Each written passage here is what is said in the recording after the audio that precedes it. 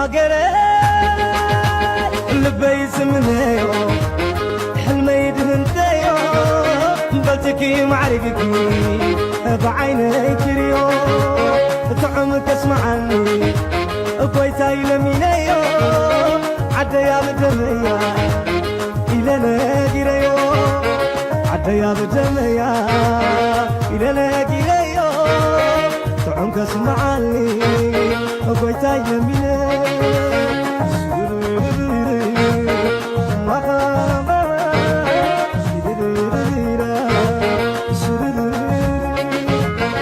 العالم نبري ناتنا دفتري أفريقيا ويتكوكو أدق يحباحي نبري ناتنا مخرقي شباين كاكي ناتنا دفتري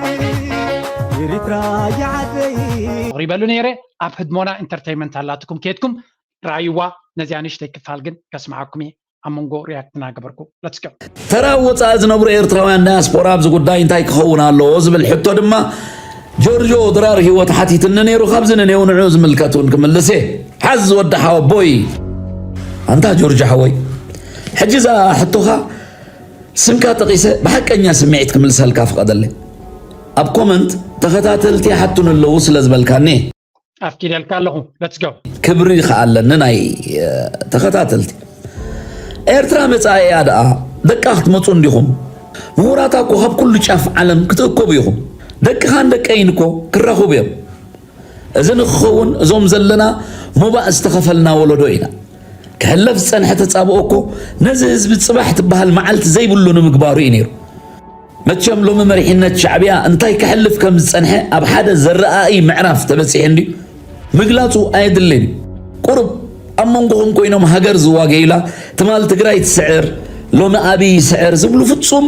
تفعت هاجر تراي زمننا وحيدة حسرات الله إزيوم ما إسرائيلكم شعو كاب زبزز الله جنشل ولده هاجر حيزو زقبر يلا بحر حيزو زموت يلا سريتن حساب زي بالله ناي بحران مدران لبريتو زحزت إيرتراخ قد في زراب عرب زلو زولده ولاتني حساب في اللي يجيرو السنحكو ولاد إيرتراي حوي حفتخا كنكب كوينا انت تلازمنا سلن صبقيهم صبقينا خدون وخسرحو صنيهم دقنا نمهار حزبنا ننكح نفقر نتحققف ام مسرح حجرن حبرت السبن 30 عمت وحداتين شعبيا موائل كم زغز اغير كغبر صنحه شدودود بعقل تسعيري متصورنا يملكعنا متامنا خطفو يوم كسرحو صنيهم هاجر طميخات سراح تسريح دما سلا زعقال حفاش سلازي منغستن حزبن ኤርትራ خبا وصا زلو حزب ዝጽበዮ ስኔቲ ልቦና حد متحققاف ممهار بخومي ممهر زخبر انا ናይ ዝኾነ ይኹን ዓውድ መምህር የድልያ ሃገርና ንነብሶምን ንደቆምን ኩሉ ግዜ ኣብ ትምህርቲ ኣተኪሮም ስለ ዝኸዱ ዝነበሩ እቲ ዘድልክለ ካብ ኤውሮጳውያን ኣሜሪካውያን በቀሊሉ ኣብ ሓፂር ግዜ ተማሂሮም ንኤውሮጳውያን ኣሜሪካውያን ክመርሕዎም ጀሚሮም ኣለዉ ካብ ኣቶም ተማሂርና ሕብረተሰብና ንኽንሃንጽ كنبقاس لنا أخول حموتن كل سمنا بزلهم أجهم لومي نبي إرترا قصون وجز متسي لن أنت مسيد مع عمرنا يتنسيا يخون أبزغل سمالو أمرولو بالحد ما بأمه بخموه نتوه صباح كان الرخبو كانوا واسبون كنسر حلون هناك ديبلكم انزحوي هاجرنا لو متنققات مهورات يوم زد ليوا تقايا قاي مهور كابدون قروز فليه يبلون قاي يكون سنفات قدو فلوم 30 عامت انتاي كانوا يحس اننا نغيسنا كيت سنحنا دابل خيد له حنت بلاسو زلقلق جنزب حنت تانك زنقساقس نداد مغزا يدلن تنيرو زي ولاول مرجا نيرو مجايتي صباح نركبولو النا تبع لي خيت سنيو ليبيا عراق صومال يمن سودان سوريا صبغات هاجرات كوين نيرن بلچلچن بلاسون ديمقراسن هوي هويتان ترمسمسن كموصا اغنا يدحننن سودان حبست افريقيا نيرا سان حتيناو مريحنت ناي قبيله ترمسمسا ديمقراسي يدحنن ليكان تግራይ كو ኤርትራ بعصوان እገዳን ተተራሚሳ ክትዓኑ ይነሩ ጻዕሮም بصنعاتن مختن تسغيروس منانا بزمنه خوعنت تمليسلو كال ጉዳይ ኮይኑሉ زريانا كله نحما وصبوق أبنتاتيو إرترا أسر زنزعنوا هجرات كتسعب زتحسبمو زمخنا ندفتات أديو تقصرو إرترا يتفرسنا كفرس هذا اللي دما كم ويانا من جاجو فريسي كوف زبل صموق بزبله حزب نصور كخونلو جن اذا تسرح استحسب الدراما كم زي انيرا نتا بريتوريا وسيدوم كاب غورورم بسازو صوا وعق ويانن نورمون حدش ناي رومان سين سريحكا امحران ايرتران زبهالو فيليان فتيركا ابي زبهال حدش ولدو مشارق تسريحكا اثيوبيا كم تتغراي كتسرحو تحسيبو زنبره بالاينت مالليت كاب بحر ايرترا قرب كاب مدري ايرترا بادمه كاب مريت امحرا كاب غوندر سيسو كاب ولو سيسو سلاليخا كتنفح شو افريقاوي اسرائيل كوينا مستيت رسايكل بانديرا ايرترا وحيت اخت غوسع زبل شرح مسفشلهم ني ايرترانا محرانا سيتين كان حزبي اثيوبيانا بحد ممصا تبل اجندا غبرا قيرهم باف ابين فتنه قريبما كم تمرغم زي صغبه دخا بدل صلء زي صغبه ميس عدل زبلو نغلي طبرت نغلي هملت بالعكس نتفصم بعلو علت حزبي اثيوبيا خوينو سرح تصنح شعبيا خريات اللهم ناي غلغله تنتلت بوليتيكاينا باهلتها توتو غريفكا اذناي كحدت دول استوحطلو اثيوبياون زلو يمسلنن غلغله المدين قبلو صنحو زموته قمت كم زينير إسياس أما حضرنا يلوو أميلين ما دراش أفلبون نهار ما حقوسو قليسو درفو وسيدوو غوزو عدمو بوناستيو زبل كم دناي محبر تنياتات هديتات كحامي زوعلو زنبورو هتصاونت بوليتيكا حزب الله أما حضرنا عدمي بحبار نسرح بحبار نمعبل نمبال زقرب إيرترا وتحت الناي نمريحنات إيرترا بخيانات كتقربون بقرهنات كتقربون قوقوان قولو مالليت تبهال اكابون خنطحن مطحن حيزو نزمصنا كما يتقبلنا يخالي نيرو نصلات ونزيفون دخمس مسز مصنا صعدا غا بتدرعنا عصفان دخمس مسنا اينا نقبلو الشبشب تحت نصلو بترن تتمالي اجن اب تحت غابنا كل غزي غوزومولو بخيانا على ديومنا اندم بوازا اندربشن اينا جوخا ودحاو بوي That's really good. So انتايو تا فيديو أب كدميت بزعبا دسيت دهلاك أنا بابراناتا كالن إيرترا ستنكف صبغ زخون حبريتا لوا بليز I highly recommend أبد مونا انترتينمنت كيتكم سمعوا so قالك هابت مبرهناتو نعي نتصوري نيروتي قوانكو حق حيش بزوح بتي زنقروم تي أبوز تقبري مسواتي صاري دخام متزبي تحاد ولدو إيرترا almost كبابي كلت ولدو sacrifice كيرا الله كنبلغ ويكا بجا حليفهم لالو تحاد ولدو اتي ابتك السي ولا تقالسي ونكو ناي سلاسه كاب شنشاته ميتن سوسا جمره يكون كاب كباب 4 5 جمرو كتبلو تخليها قدمي وين جن بوقعي ابتفرق ناي ناي غزات انجليز كاوز جمره تقالسي نيرو سلازي اتي العما نايت انجليز وين استدغاغامي ابكلت مدرخات اول صبغ يرغليص ونيرو سو تقالسنا حزب ኤርትራ كندي ولدو يبجو ولاالو زدما ግዴታ يفتي خامريس كاتغبره يكونن اتي بوليتيكا ناي تعدي بزي يقدس نتاريخ كتقبل كتكلالك اتي نتا هاجر اب يذكرني اب ايرتراون اب يونيفرسيتي كنا هاركلنا ايكونوميك ديفلوبمنت تبعال كورس نيرا كل غزي دما اتي اب وزي تكس ويكا بزح سب زي تقسنتايو هاجر كتنقص كلا كندي جنريشنز مسوات كم زوهبلا ناي وقت رايبلي يلخون ناي قطباوي هنصات ناي هاجر زي تنبرول زلهم اوروبا امريكا ولدوتات زوسدي معبالن سلطاننيو ترجيهم لهم اب حصير غزي استبصحي معبالي منالبات ابز حج نريو زلنا ابال دبي قطر يزرزلو سدما فولو يزخوني تفطراو حبت املاخ تيبوكا منعو دما كم دليتو كتقام زخل مرحنا تلكا مالتشو እዚ ግን ከም ዓይነት ጸጋ ዘለና ሃገር ኣይኮናን ልዕሊ ኩሉ ድማ ኣብ ከባቢና ረጊና ንክንሰርሕ እውን ዘፍቅደልና ሲስተም ወይ ከሃገራት ጎረባብቲ የለውን በመሰረቱ ድማ ንኩለን ከይለከምና ኢትዮጵያ ትበሃል ሃገር ኣላ ብተደጋጋሚ ኣብ ዝጣዕማ ኣብ ሽግር ዘጋጥማ ናብ ኤርትራ ገዛ እተቋመት ሃገር ንርኢ ኣለና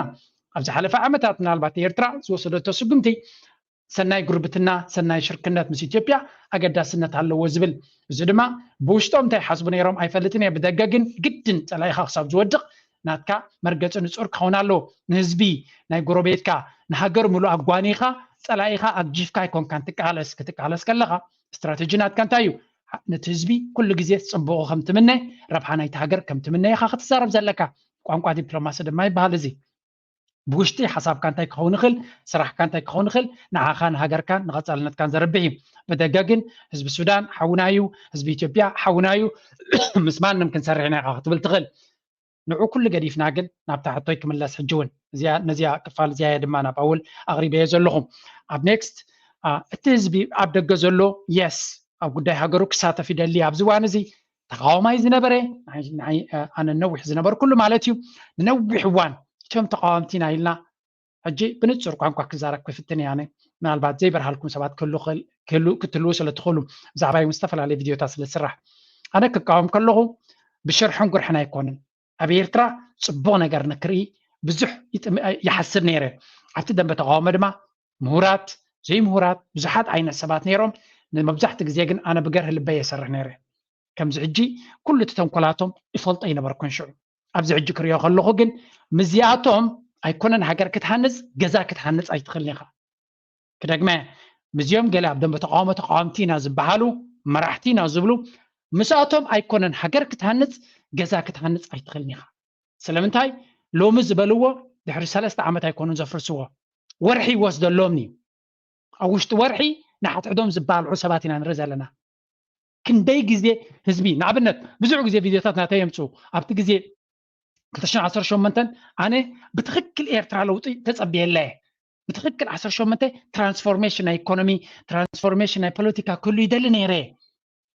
ተራኽቦ ግን መን እዩ ነቲ እንቅፋት ኮይኑ ምስ ግዜ ኣነ ከም ዝብለኩም ኣብዚ ቪድዮ ኣብዚ ቻነል ናተይ እንታይ ዝብለኩም ውሽጣዊ ስልያ የብለይን ካብ ውሽጢ ትግራይ ዝመፅእ ካብ ውሽጢ ኤርትራ ዝመፅእ ካብ ውሽጢ ኢትዮጵያ ዝመፅእ ስልያዊ ሓበሬታ የብለይን ካብቲ ፓብሊክ ዲስኮርስ ወይ ከዓ ኣብቲ ፓብሊክ ዝወፅእ ሓበሬታ የዘንብብ ኣነ ምናልባት እዚ ከም ስንፍና ክትወስድዎ ትኽእሉ እዮም ብዝወሰድኩም ውሰድዎ ስለዚ ኤርትራ ለውጢ ክገብር ይፅበያ ነይረ and I was disappointed ወይ ከዓ ፅቡቕ ኣይተሰማዓንን ከምቲ ዝድለ ለውጢ ዘይምግባሩ but at the end of the day ተሓርፅን ኢለ ምስ ረኣኽዎ ግን እንታይ ዓይነት ቦምቢ ተቐቢሩ ነይሩ መዓልታዊ ይበርሃልና ኣሎ ኣብ እንታይ ኣጀንዳ ናይቱ ነይሩ ሎሚ ይበርሃልና ኣሎ ህወሓት ኣይደሊ ነይሩ ባዕሎም ኣውፂኦሞ በሪሂልና ኣሎ ኩላቶም ቶም ወገን ኢትዮጵያ ዝነበሩ ስለዚ እቲ መንግስቲ ዘድሊ ትራንስፎርሜሽን ወይ ከዓ ለውጢ ንክገብር ግዜ ይነበረን ኣይኮነን እውን ዘሎ ብዓይኒ ሕጊ ተሪኻዮ እቲ ኣሜሪካውን ኣጀንዳ ናታ ኣብቲ እዋን እቲ ይኹን ድሕሪኡ ብፍላይ 18 ኩሉ ኖርማል ክኸውን ገለገለ ይብሉ ነይሮም 11 ግን ንኤርትራ ጥራይ ብፍሉይ እገዳ ኣውሪዶም ኣለዉ ምስ ኤሮፓ ሕብረት ኮይኖም ስለዚ እንታይ ማለት እዩ ኩሉ ግዜ ዕላማ ናቶም ነቲ ኣብ ኤርትራ ዘሎ ንኤርትራ ትበሃል ንምጥፋእ ምዃኑ ይንፅረልና ኣሎ ዝኾነ ይኹን 5 ሳንቲም ሓገዝ ዘይህብዋ ኩሉ ግዜ መሰናኽላ ዝፈጥሩላ ዘሎ ሃገር እሳያ ንመለስ ኣብ ታሕቶ ናተ ሕጂ ህዝቢ ኤርትራ ናብ ሃገሩ ብዘይ ወላ ፖለቲካዊ እቲ ኣብቲ ፖለቲካ ድዩ ገለመለ ገሊሉ ሙሉእ ርዒሙ ዘሎ ገለገለ ድማ ለውጢ ክርኢ ዝደሊ ወላ ተበግሶ ናይ ለውጢ ክርኢ ዝደሊ ሰባት እውን ኣለዉ ከም ባህላነ ንዓና ገዲፍካ ግን ኢቭን ኣነ ሃብታም ወይ ሚልዮነር ስለ ዝኾንኩ ዘይኮንኩሲ ኣብቲ ሃገረይ ንኣብነት ገንዘብ ኣብ ኢትዮጵያ ኣብ የመን ኣብ ኡጋንዳ ኣብ ሱዳን ክንደይ ገንዘብ ኤርትራዊ ይጠፋ ኣሎ ስለዚ ገለ ገንዘብ ናተይ ኣብ ኤርትራ ኢንቨስት ክገብር ድሌት ኣለኒ ወላ ይኽሰሮ ተተኸሰረ ኣብ ኤርትራ ዝተኸሰረ ገንዘበይ ንህዝቢ ኤርትራ እዩ ዝብልዕ ዘሎ ተርዲኹም ኣለኹም ኣብ ካልእ ዝተኸሰረ ንመን የብልዕ ኣሎ ክበሃል እዩ ኮርስ ኣፍሪካዊ በልዕ ኣሎ ኢትስ ኦኬ ክትብል ትኽእል ኢኻ ባት ኣብ ኤርትራ ዝኸስሮ ገንዘበይ ንኤርትራውያን ክኸውን ተጠዋዊ እዩ at the end of the day ስለዚ ብኮሚዩኒቲ ኢንቨስትመንት ክንገብር ክብል ከለና እቲ ንኸስሮ ዲ ንኸስቦ ንህዝብና እዩ ዘርብሕ ስለዚ ኣገይን ሕጂ እውን እንትኾነ ኣወል ከምዚ ትገብሮ ዘለኻ ብንጹር ሰብ ከመይ ክዋሳኽል ሓንቲ ቪድዮ ላ ብብዙሕ ትሰድለይ ዘለኹም ኣብ ሪል ስቴት ኣብ ኣስመራ ኣብ ስፔስን ከባቢውን ትብል ቪድዮ ላ ግን ኤግዛክትሊ ካበያ ወፅያ ክፈልጣ ይከኣልኩን ኣወል ምናልባት እሳ ተወፅያ ድያ ምሳ ምዘድልት ኣካላት ተዘራሪብካ ሰብ ብከመይ ኢንቨስት ክገብር ክእል ምክንያቱ ኣብዚ ቻነል ናተይ ክትሪእዎ ኢኹም ሕጂ እውን ኮሜንት መዓት ሰብ ሬዲነስ ዘለዎ እቲ መንግስቲ ድማ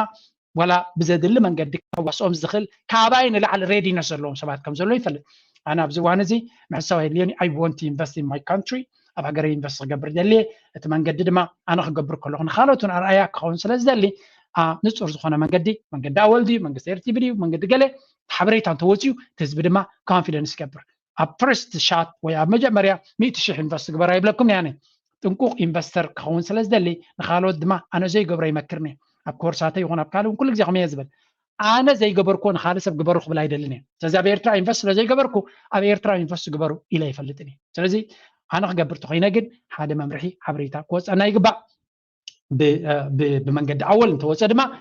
ፅቡቕ ናይ ኮሚኒኬሽን ክለ ስለ ዘለካ ምዝግቦም ሰባት ተዘራሪብካ ነዚኣ እውን ኣገይን መብርሂ ከተምፃልና ፃውዒት ትገብር ምናልባት ግዜኡ ከይከውን ይኽእል እዩ ግዜኡ ኣይኮነን ዝብል መልሲ ስለ ዝኾነ እቲ ዘድሊ መልሲ ክትህብ ትኽእል ኢኻ በቲ ዝገበርካለይ ኣኽቢርካ ምምላስካ ግን ክብሪ ይግባኣኒ ካብቲ ዘሕጉሰኒ ክፋል ናቱ ናይ ፖለቲካ ፍልልይ ክህሉ ይኽእል እዩ ዝብል ከም ዓይነት ኣብዚ ደንበ ተቃውሞ ምሳይ ኣነ ምሶም ወይ ኣብቲ ደንበ ተቃውሞ ብሓደ እኳ ንሰርሕ ነበርና ግን ተቃዋምቲና ነርና ሓደ ሽም ነይሩና ንብል ደለይ ትፍትሒ ንብል ነርና ንእሽተይ ነገር ካብኦም ካብ ሓሳብናቶም ተተፈሊኻ ግን ከም ፀላኢ ገይሮም ዘጥቅዑ ሰባት ፀረ ረብሓ ህዝቢ ረብሓ ሃገር ምዃኑ መዓልታዊ ይበርሃልካ ኣነሲ ብዙሕ ተሪር ዝኾነ ተቃዋማይ ከም ዝኾንኩ ዝገልጽ ቪድዮታት ናተይ ኣብ ፓብሊክ ይዘውር ኣሎ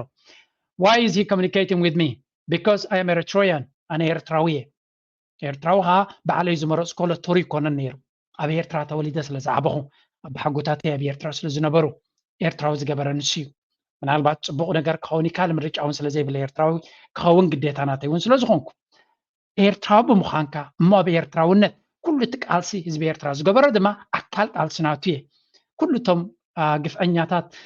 ገዛእቲ ዝገበርዎ ድማ እቲ ቃንዛ ኣብ ዝባን ኣብ ሓጎታተይን ኣቦታተይን ኣነ እውን ኣርኪበልየ ዘበን ደርጊ ስለ ዝተወለድኩ ብፍላይ ድማ ኣብ ከረን ስለ ዝዓበኹ ሰራዊት ናይ ደርጊ ብጥቃና ክሓልፉን ከጓዕብዑልናን ክንደይ ፀገማት ክፈጥሩልናን ናይ ትማሊ ተዘክሮ ይንዓይ ማለት እዩ እቶም ንኣሽቱ ከይትዝክርዎ ትኽእሉ ኢኹም ኣነ ግን ኣብ 80ታት ስለ ዝተወለድኩ ኣይ ሪመምበር ከምዚ ጩራ ናይ ፀሓይ ገይረ ዝዝክሮ ስፔሻል ኣብ ከረን ዝነበረ ድማ ዝዓበየ ካምፕታት ወይ ከዓ ወታደራዊ መደበራት ናይ ደርጊ ኣብኡ ስለ ዝነበረ